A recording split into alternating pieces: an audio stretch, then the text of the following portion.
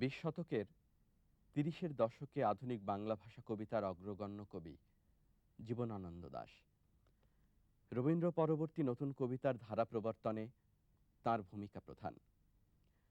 প্রকৃতি, আবহমান সময় ও ঐতিহ্যের সঙ্গে আধুনিক সময় ও মানব চৈতন্যের সংযোগে তিনি সৃষ্টি করেছেন এক অভিনব শিল্পজগৎ। ১৮৯৯ সালের ১৮ই ফেব্রুয়ারি বরিশাল জেলা শহরে তিনি জন্মগ্রহণ করেন। দুই ভাই ও এক বোনের মধ্যে তিনিই ছিলেন বড়। জীবনানন্দ দাশের পিতার নাম সত্যানন্দ দাশ আর মায়ের নাম কুসুম কুমারী দাশ।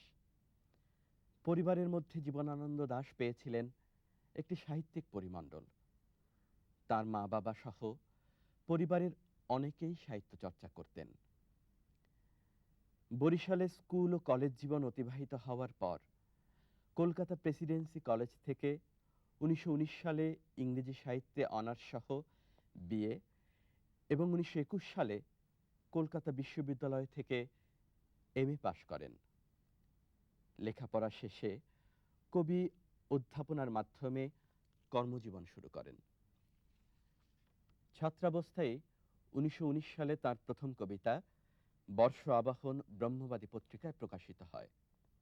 প্রথম দিকে তিনি জীবনানন্দ দাশ গুপ্ত নামে লিখতেন, তবে ১৯২৭ সাল থেকে জীবনানন্দ দাশ স্বাক্ষরে লেখেন।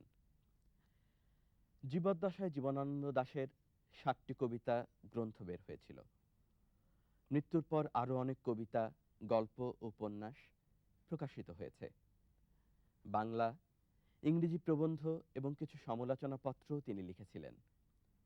ব্যক্তিজীবনে তিনি ছিলেন নিঃসঙ্গ লাজুক, আত্মমগ্ন ও সুরসিক। ১৯৫৪ সালের ১৪ই অক্টোবর সন্ধ্যাবেলা জীবনানন্দ দাশ বালিগঞ্জে ট্রাম দুর্ঘটনায় আহত হয়ে ২২ অক্টোবর রাত ১১টা ৩৫ কলকাতা শম্ভুনাথ পণ্ডিত হাসপাতালে মৃত্যুবরণ করেন।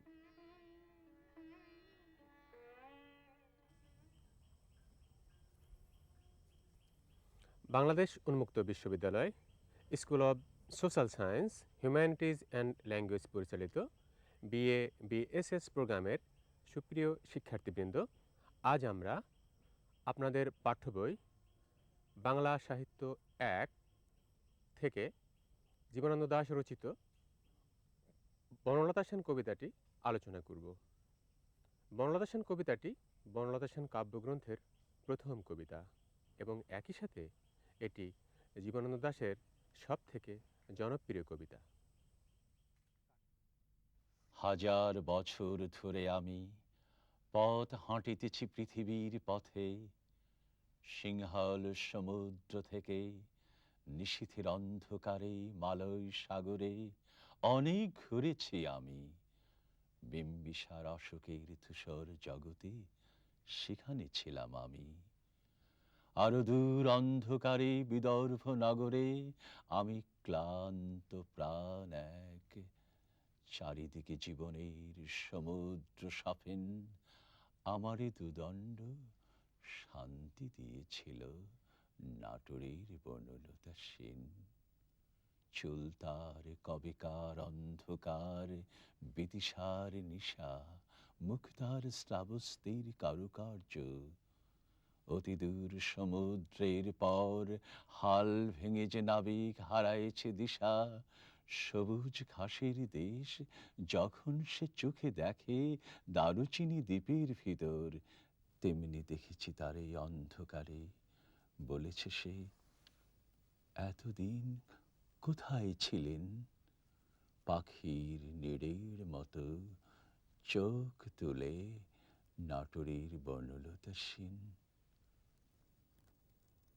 সমস্ত দিনের শেষে শিশিরের শব্দের মতন সন্ধ্যা আসে, ডানা রৌদ্রের গন্ধ মুছে ফেলে চিল। পৃথিবীর সব রং নিভে গেলে পাণ্ডুলিপি করে আয়োজন, তখন গল্পের তরে জোনাকির রঙে ঝিলমিল। সব পাখি ঘরে আসে, সব নদী ফুরায় জীবনের সব লেনদেন, থাকে শুধু অন্ধকার মুখোমুখি বসিবার বনলতাসীন। বনলতা সেন কবিতাটি 18টি চরণে 3টি স্তবকে সমাপ্ত হয়েছে। প্রথম স্তবকে একদিকে যেমন পথিকচিত্তের অবিরত ভ্রমণের বিষয়টি লক্ষ্য করা যায়, ঠিক তেমনি ক্লান্ত পথিকচিত্তের প্রশান্তির বিষয়টিও রয়েছে। এই পথিক তার চেতনার উন্মেষলগ্ন থেকেই যেন পথ চলছেন। সুদূর অতীত কাল হতে সিংহল সমুদ্র থেকে মালয় সাগর পর্যন্ত তিনি নাবিক হয়ে ঘুরছেন। অন্যদিকে স্থলপথে বিম্বিসার অশোকের কাল হতেও পরিভ্রমণ করছেন। ফলে পথিকচিত্ত ক্লান্ত। এই ক্লান্ত পথিকচিত্ত নাটোরের বনলতা সেন নামক এক মানবী সত্তার সাক্ষাৎ পেয়েছিল, যে মানবী সত্তার অপূর্ব সৌরভে পথিকচিত্ত ভরে উঠেছিল। এখানে নাটোর নামক স্থানের কথা উল্লেখ করে বনলতাকে একান্ত আপনার হিসেবে প্রতিষ্ঠিত করা হয়েছে এবং একই সাথে অতীত স্থানকাল বর্তমান স্থানকালের সাথে একীভূত হয়ে গেছে। হাজার বছর ধরে আমি পথ হাঁটিতেছি পৃথিবীর পথে, সিংহল সমুদ্র থেকে নিশীথের অন্ধকারে মালয় সাগরে অনেক ঘুরেছি আমি। বিম্বিসার অশোকের ধূসর জগতে সেখানে ছিলাম আমি। আরো দূর অন্ধকারে বিদর্ভ নগরে আমি ক্লান্ত প্রাণ এক, চারিদিকে জীবনের সমুদ্র সফেন, আমার দুদণ্ড শান্তি দিয়েছিল নাটোরের বনলতা সেন। হাজার বছর ধরে আমি পথ হাঁটিতেছি পৃথিবীর পথে।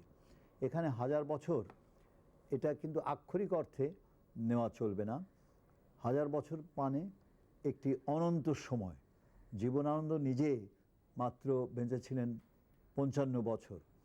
এখানে যেটা কবি বলতে চাচ্ছেন সেটা হচ্ছে একটি দীর্ঘ সময় ধরে তার যে পথযাত্রা, তার যে পথিকবৃত্তি, তার যে পথিকচিত্ততা, এই বিষয়টি একই রকমভাবে আমরা যখন দেখি যে বিম্বিসার অশোকের ধূসর জগতে সেখানে ছিলাম আমি, সেখানেও আমরা সেই 2500 বছর আগের বিম্বিসার রাজা অশোক তাদের সময়কে কিন্তু আমরা ধরছি না। সেখানে ছিলাম আমি, সেখানে কবি কখনোই ছিলেন না। কিংবা তার উপরে লাইনে আছে আরো দূর অন্ধকার বিদর্ভ নগরে, একটি প্রাচীন সেই শহর বিদর্ভ, সেখানে কবি ছিলেন না।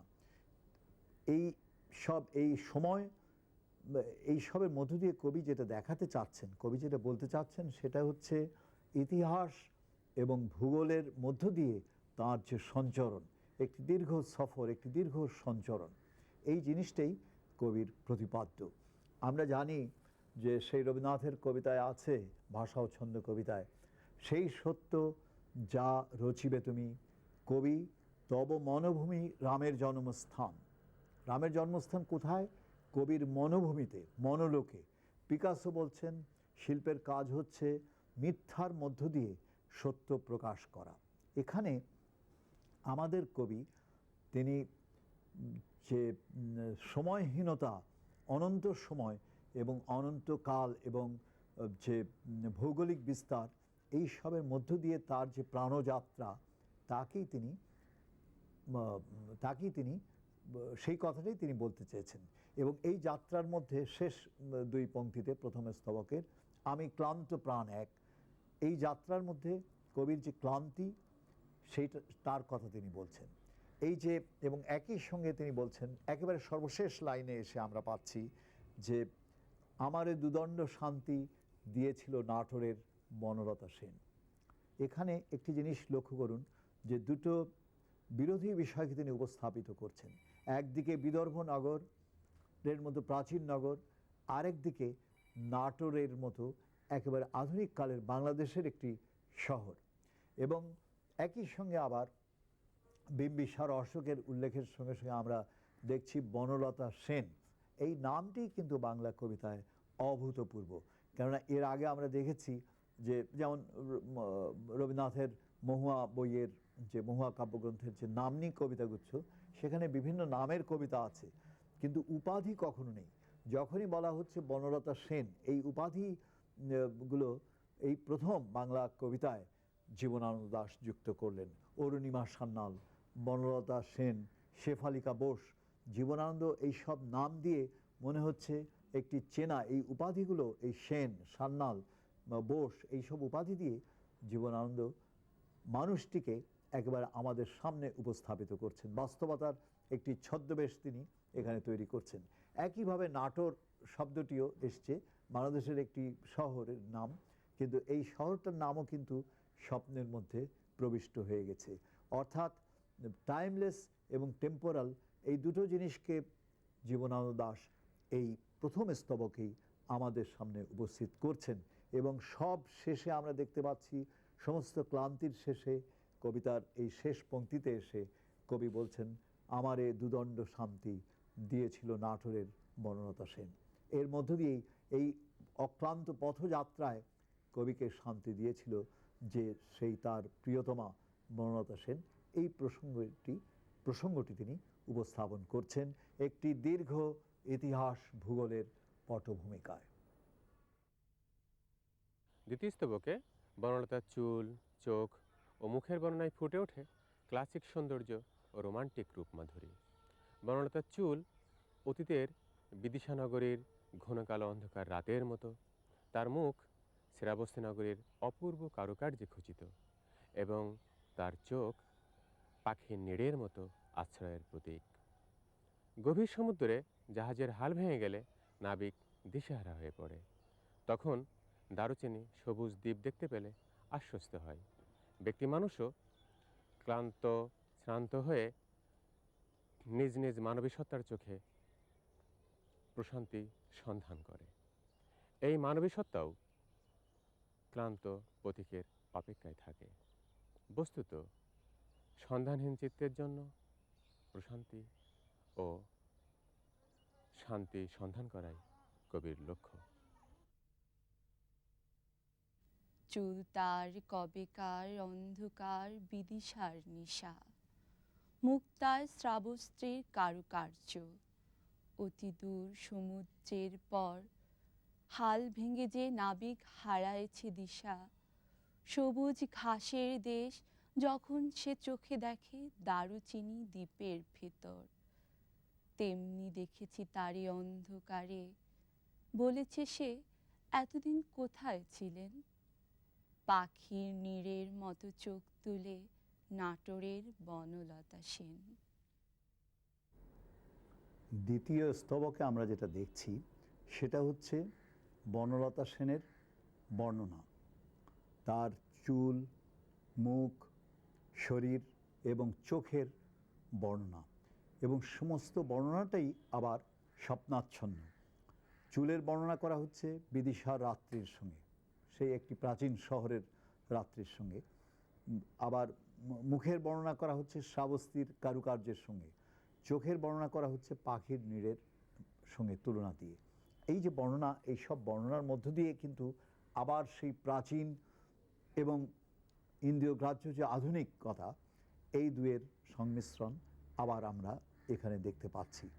যে বিদিশা রাত্রির সঙ্গে আজকে ঢাকা রাত্রি বা কলকাতার রাত্রির কোনো একই, কিন্তু এখানে কবির লক্ষ্য হচ্ছে সেই প্রাচীন শহরটিকে নিয়ে আসা, সেই প্রাচীনতাকে নিয়ে আসা। শ্রাবস্তীর উল্লেখ একই কারণে করা হয়েছে। এবং আপনার পাখির নীড়ের মতো চোখ, যে উপমাটা তিনি ব্যবহার করলেন, এই উপমা বাংলা ভাষায় জীবনানন্দের সৃষ্ট। কেননা এর আগে আমরা দেখেছি উপমার সঙ্গে, উপমার মান বলতে বোঝায় একটি জিনিসের সঙ্গে আরেকটি জিনিসের তুলনা, একই রকম জিনিসের তুলনা, রবীন্দ্রনাথের, নজরুল ইসলামে। কিন্তু জীবনানন্দ এসে অ্যাবস্ট্রাক্ট উপমা প্রথম বাংলা ভাষায়, বাংলা কবিতায় নিয়ে এলেন। পাখির নীড়ের মতো চোখ, এখানে পাখির নীড় লক্ষ্য নয়, লক্ষ্য হচ্ছে নীড়ত্ব। কবির যে পথিক বৃত্তির কথা প্রথম স্তবকে এসছে, দ্বিতীয় স্তবকে যে নাবিক বৃত্তির কথা এসছে, অর্থাৎ একটি চিরচলমানতা, তার আশ্রয় হচ্ছে যে নারী, তিনি হচ্ছেন বনলতা সেন। এইখানে সেজন্যই পাখির নীড়ের মতো চোখ এই উপমাটির আশ্রয় কবি এই রকম অ্যাবস্ট্রাক্ট একটি উপমা তিনি ব্যবহার করেছেন। এবং একই সঙ্গে এই স্তবকে আমরা একটি শব্দ পাই, যা একটি বাক্য পাই, যা আমরা প্রায় প্রতিদিনই ব্যবহার করি কেউ না কেউ, এতদিন কোথায় ছিলেন, খুব একটা সাধারণ বাক্য। এই সাধারণ বাক্যর মধ্য দিয়েই একটি অসাধারণ যে আধুনিকত্ব, যে আজকের সমন্বয় কবি করলেন প্রাচীনতার সঙ্গে আজকের চলতি দিনের যে সমন্বয়, সেটা কবি এখানে সম্পন্ন করলেন। এবং আবার এইখানে ফিরে এলো একই সঙ্গে সেই অন্তমিল বনলতা সেন, শেষ বাক্যে আবার সেই নাটোরের বনলতা সেন ফিরে এলো। তৃতীয় স্তবকে দিন শেষের চিত্র রেখে কবি প্রাণের গতিমুখ তথা মৃত্যুর ইঙ্গিত প্রকাশ করেছেন। সন্ধ্যায় পৃথিবীর সব রং রূপ আলো নিভে যায়, চিলের ডানায় রৌদ্রের গন্ধ থাকে না, অর্থাৎ জীবনের উচ্ছলতা থাকে না। ঘন অন্ধকারে আবৃত হয়ে যায় সব কিছু, যেখানে অন্ধকার আশ্রয় মৃত্যু এবং একই সাথে থাকে নতুন সম্ভাবনার আয়োজন। ছায়া অন্ধকারের মাঝেই কবি দেখতে পান তার নতুন সৃষ্টির সম্ভাবনা। এক চলার বাস্তবতা থেকে কবি প্রবেশ করেন আরেক চলার বাস্তবতায়। গ্রন্থ মুদ্রণের পূর্বে যেমন পাণ্ডুলিপি রচনা করা হয়, কবিও ঠিক তেমনি নতুন সৃষ্টির আয়োজন করেন। এই পাণ্ডুলিপি রচিত হয় অন্ধকারে, যেখানে জোনাকির আলোতে অপার্থিব মুহূর্তের সূচনা হয়, যেখানে পাখি ও জীবন নদীর সব চলা চাওয়া পাওয়া নিঃশেষ হয়ে যায়, শুধু জেগে থাকে নতুন সৃষ্টির সম্ভাবনা। বনলতা সেন সেই সৃষ্টিসত্তারই প্রতীক। সমস্ত দিনের শেষে শিশিরের শব্দের মতন সন্ধ্যা আসে, ডানার রৌদ্রের গন্ধ মুছে ফেলে চিল। পৃথিবীর সব রং নিভে গেলে পাণ্ডুলিপি করে আয়োজন, তখন গল্পের তরে জোনাকির রঙে ঝিলমিল। সব পাখি ঘরে আসে, সব নদী ফুরায়, এ জীবনের সব লেনদেন, থাকে শুধু অন্ধকার মুখোমুখি বসিবার বনলতা সেন। তৃতীয় এবং সর্বশেষ স্তবকে এসে আমরা দেখছি কি, সমস্ত দিনের শেষে শিশিরের শব্দের মতন সন্ধ্যা আসে। এখানে হঠাৎ সমস্ত দিনের কথা কেন এলো? এলো এই জন্যে যে সমস্ত যাত্রার শেষে প্রথম এবং দ্বিতীয় স্তবকে যে যাত্রার কথা বলা হয়েছে তার পরিসমাপ্তি ঘটছে তৃতীয় স্তবকে। যে সমস্ত যাত্রার শেষে যখন শেষ হয় তখন কি হয়, সব পাখি ঘরে আসে, সব নদী ফুরায়, এ জীবনের সব লেনদেন, থাকে শুধু অন্ধকার মুখোমুখি বসিবার বনলতা সেন। এই বলে কবিতাটি শেষ হচ্ছে।